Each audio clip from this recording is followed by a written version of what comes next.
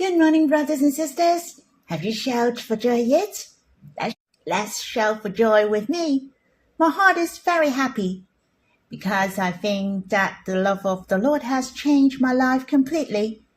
For example, my taste, the way I think, my thoughts on others. Even I have a new way of seeing the whole world. I see the flowers and trees differently. I feel this world is so beautiful because of him.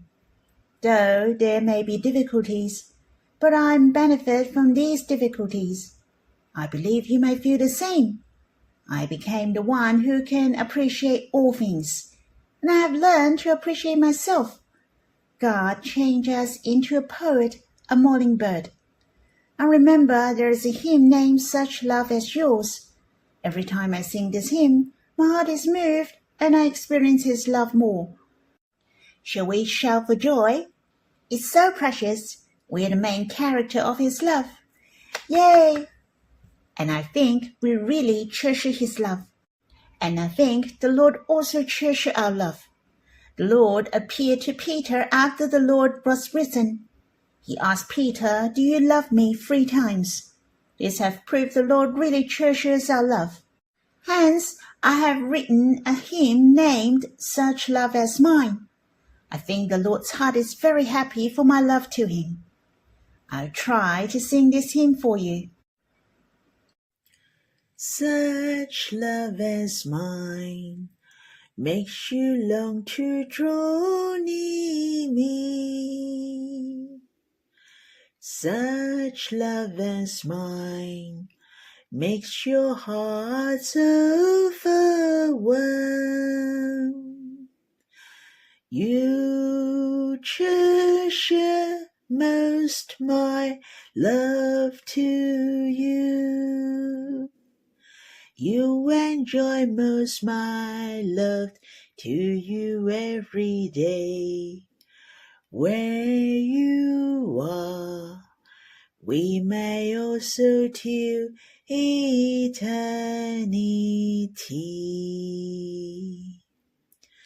Such love as mine ever is your desire in your heart. Such love as mine makes you feel this worthy to die for me. Surprisingly, I'm your great joy set ahead. You devote and lost in my love with you. I am the one who affects you most to eternity.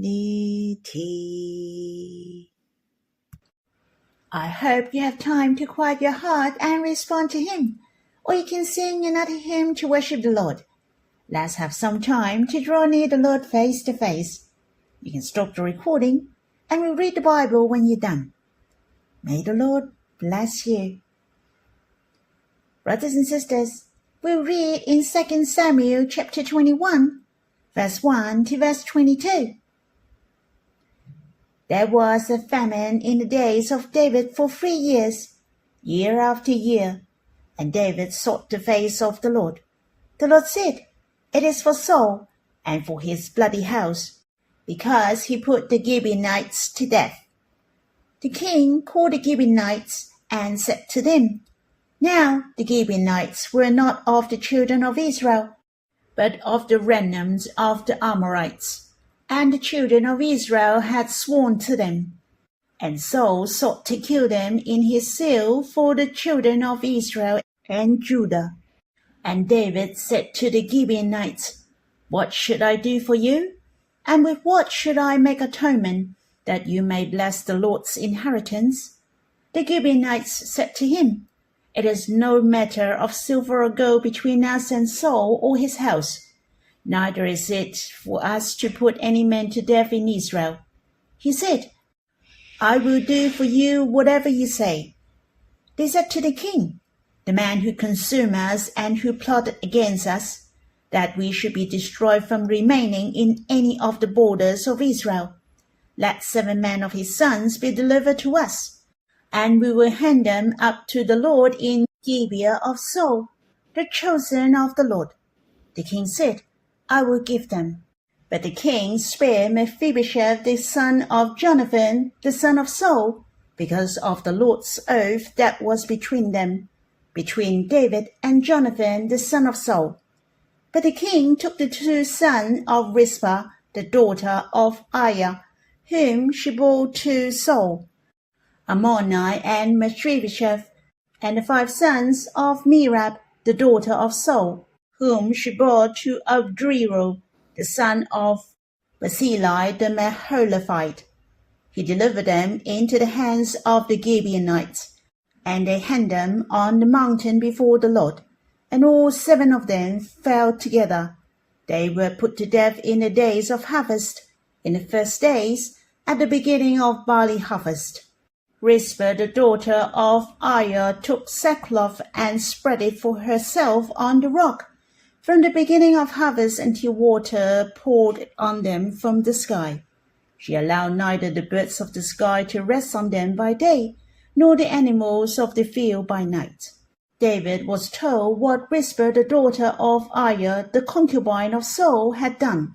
So David went and took the bones of Saul and the bones of Jonathan his son from the man of Jabesh Gilead, who had stolen them from the street of Bethshan, where the Philistines had hanged them in the day that the Philistines killed Saul in Gibeah. And he brought out from there the bones of Saul and the bones of Jonathan his son. They also gathered the bones of those who were hanged. They buried the bones of Saul and Jonathan his son in the country of Benjamin in Selah, in the tomb of Kish his father, and they performed all that the king commanded. After that, God answered prayer for the land. The Philistines had war against with Israel, and David went down, and his servants with him, and fought against the Philistines. David grew faint, and Ishbi-benob, who was of the sons of the giant, the weight of whose spear was 300 shekels of bronze in weight, he being armed with a new sword, thought he would kill David. But Abishai the son of Zeruiah helped him, and struck the Philistine and killed him. Then the men of David swore to him, saying, Don't go out with us to battle any more, so that you won't crush the lamb of Israel. After these, there was again war with Philistines at Gob. Then Gibeonites the Hushathite killed Saph, who was of the sons of the giant. There was again war with the Philistine at Gath, and Elhanan the son of Jerioregan the Bethlehemites killed Goriah the Gittite's brother, the staff of whose spear was like a withered spleen. There was again war at Gath, where there was a man of great stature, who had 6 fingers on every hand and 6 toes on every foot, 24 in number, and he also was born to the giant. When he defiled Israel, Jonathan the son of Shimei, David's brother, killed him. These 4 were born to the giant in Gath, and they all fell by the hand of David and by the hand of his servants. I had a strong feeling while reading this chapter. I wonder if you feel the same, that David was getting old indeed. You see, in this battle, the Bible specifically mentions that he grew faint. Moreover, the soldiers swore to David that he should no longer go out with them to battle. It wasn't because they feared David would be a burden, but they feared the Lamb of Israel would be crushed. I wonder if anyone can relate to this. Personally, I can feel that I'm getting old. My body is getting weak and being tired easily. Through this chapter, I also feel that God is very compassionate and understands what we're going through. That's why God raised up warriors around David to help him. It made me realize, and I believe David was deeply impressed, that victory doesn't depend on one person, but a team. We can fulfill God's will together with a glorious team. Hence, I'm very happy that getting old and feeling weary is just part of the journey. but the most precious is having the presence of God, and there are brothers and sisters fighting alongside with me. Even as David was getting weak physically, he had many warriors who were unwavering loyalty. Truly, it was something to be grateful for. Thus, this chapter mentions the Israelites went to war against the Philistines again. David went out as well. Unlike before, he slept until late afternoon. This has shown that spiritual weariness is the biggest issue, more serious than physical weariness. Therefore, we shall pay attention to whether our spirits are strong or not. Our spirit shall be satisfied and strengthened first. Then we can stand firm. Of course, the spirit and body influence one another. We have to take care of our bodies and maintain our health. This will also help us draw closer to the Lord, experience His presence, and enjoy Him better and more comfortably. This chapter speaks of the battles between the Israelites and the Philistines again. In fact, it happened from time to time. Very often, the Philistines were a harassment to the Israelites for years. However, this time was different. David was no longer young, nor was he the David in his prime. His physical strength had greatly diminished, which is why it says here David grew faint, even to the extent that he was almost killed by a Philistine. God intervened and saved him at that crucial moment. He sent Abishai, the son of Zeruiah, to help David. Remember, Abishai was the younger brother of Joab, the son of David's sister, his nephew. Obviously, he was younger than David. Thus, he was the one who killed the Philistine. Brothers and sisters, I couldn't help but I have to accept that I'm getting old while reading this verse. Many younger brothers and sisters are truly more capable and more talented than me.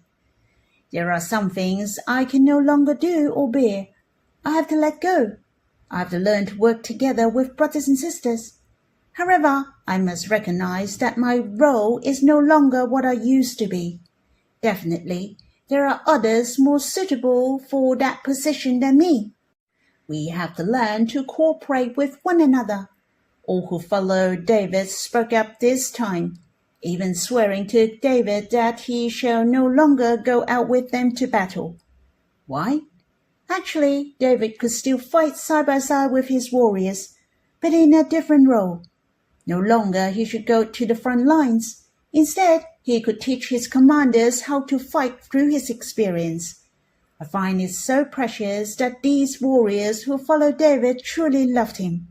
They were not concerned for David's personal safety through their speech. It was not just a matter of personal affection for David.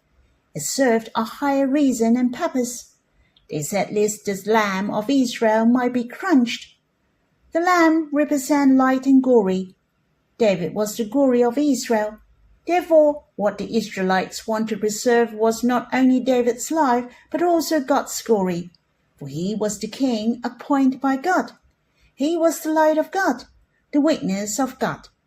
Therefore, what David's warriors were concerned about was the glory of God. Of course, they truly loved David and cared for him.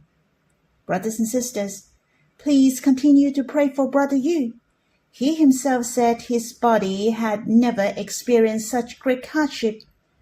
Brothers and sisters, let us pray earnestly for him and remember him for the sake of the church, for the needs of the world, and because we love him.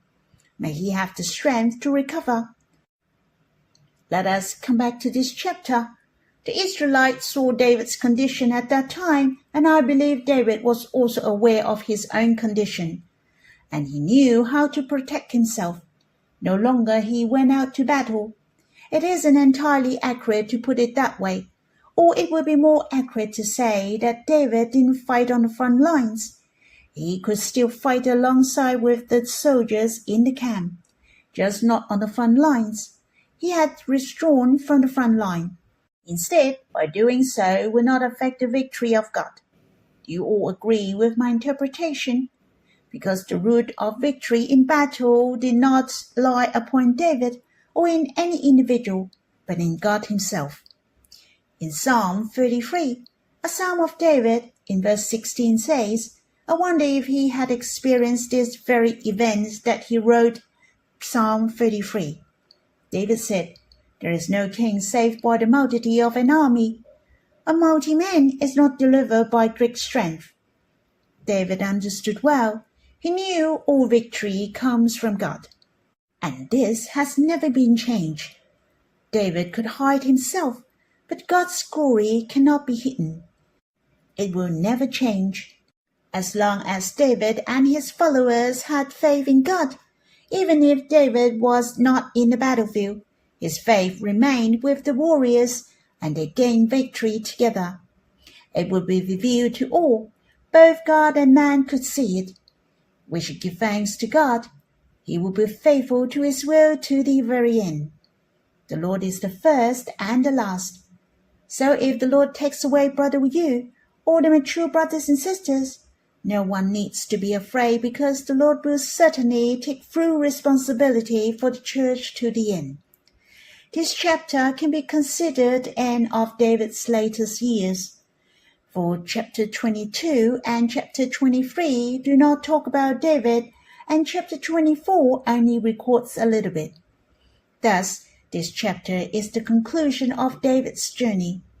It is truly interesting that at the end of this chapter, it mentions the warriors of David who continue to fight for their king and their nation.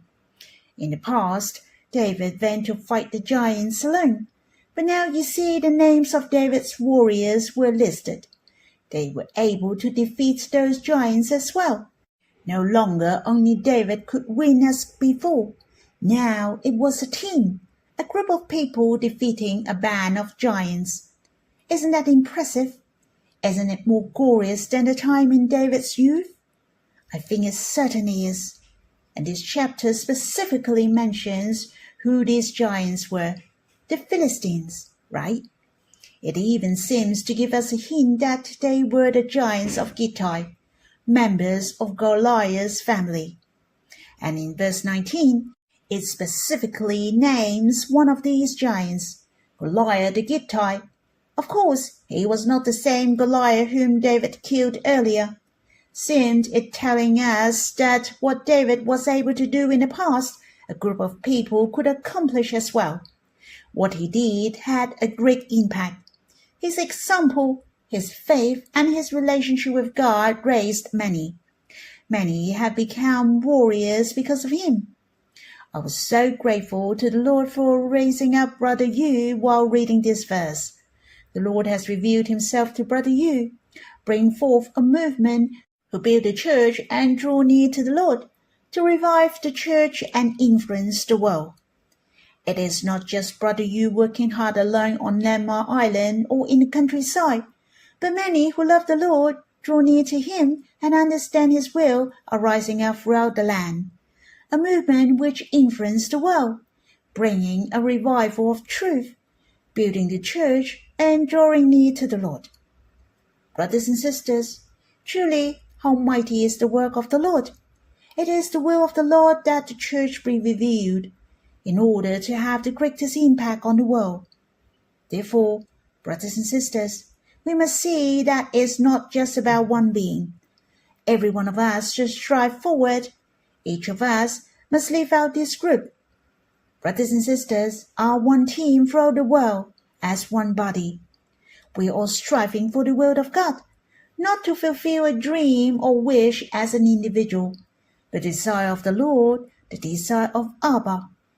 It should be the desire of you and me, of every brothers and sisters. Each of us has the greatest part in this desire. Hallelujah! Lastly, I'd like to share the first half of this chapter, verse 1 to verse 14. It's about how David handled the matter of the Gibeonites. The issue stemmed from a famine which lasted for 3 years in Israel.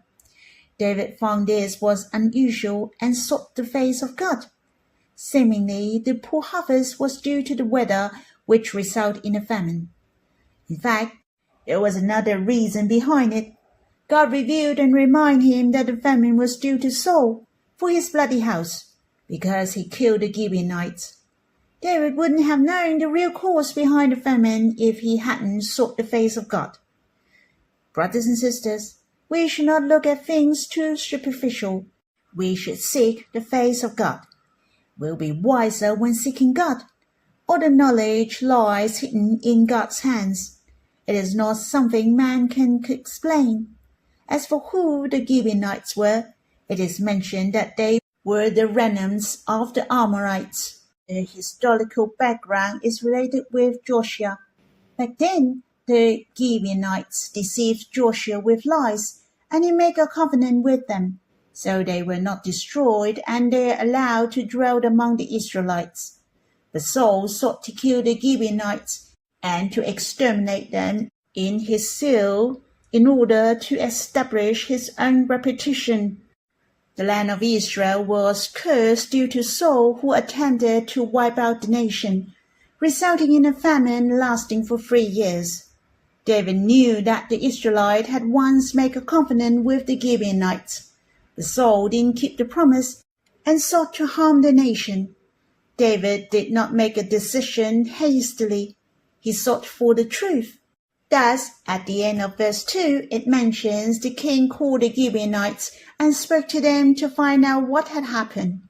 He was so humble, asking the Gibeonites, "What should I do for you? And with what should I make atonement, that you may bless the Lord's inheritance?" Although David was a king, he was willing to listen. And yet David was willing to take responsibility for the sins committed by Saul and Saul's house, which shows the manner of a king. He is our role model. Moreover, he didn't act for his well-being. Instead, he hoped for all the people of the nation might be blessed by God again. What David valued most was the entire nation, but not his own personal interest. Perhaps this is what it means to sacrifice himself for the greater good. Brothers and sisters, are we willing to set aside our own opinions and preferences for the sake of the Lord and His will? It's not easy, but it's worthwhile, and your heart will be joyful if you know you are doing it for the Lord. I also think that doing so is an expression of faith in God, knowing that God works all things together for good. It's not about whether your personal opinions are accepted, but believing that it is by the hands and by the will of God. God will preserve all things if it is His will. He will take care of everything, and we can be of good cheer. It is worth taking note from verse 1 to verse 14 mentioned before the Lord several times. Hence, it is not about personal matters. It was about settling personal scores. God is the one who keeps His covenant. The entire matter unfolded before the Lord, meaning this was the execution of Lord's judgment, a righteous verdict from God. And verse 9 and 10 of this chapter mention the harvest and until rain, suggesting that the 3 years famine was over and God's blessings have returned. It also tells us that if there are sins entangling us that we have long been unable to overcome, surely we have to deal with it. Otherwise, the blessings of God cannot come to us directly. Our spirits will be hungry, parched, and even famine. Even if we join a gathering, our spirits will not be satisfied.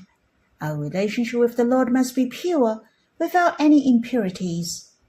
We shall be sanctified and belong to Him, to love Him wholeheartedly.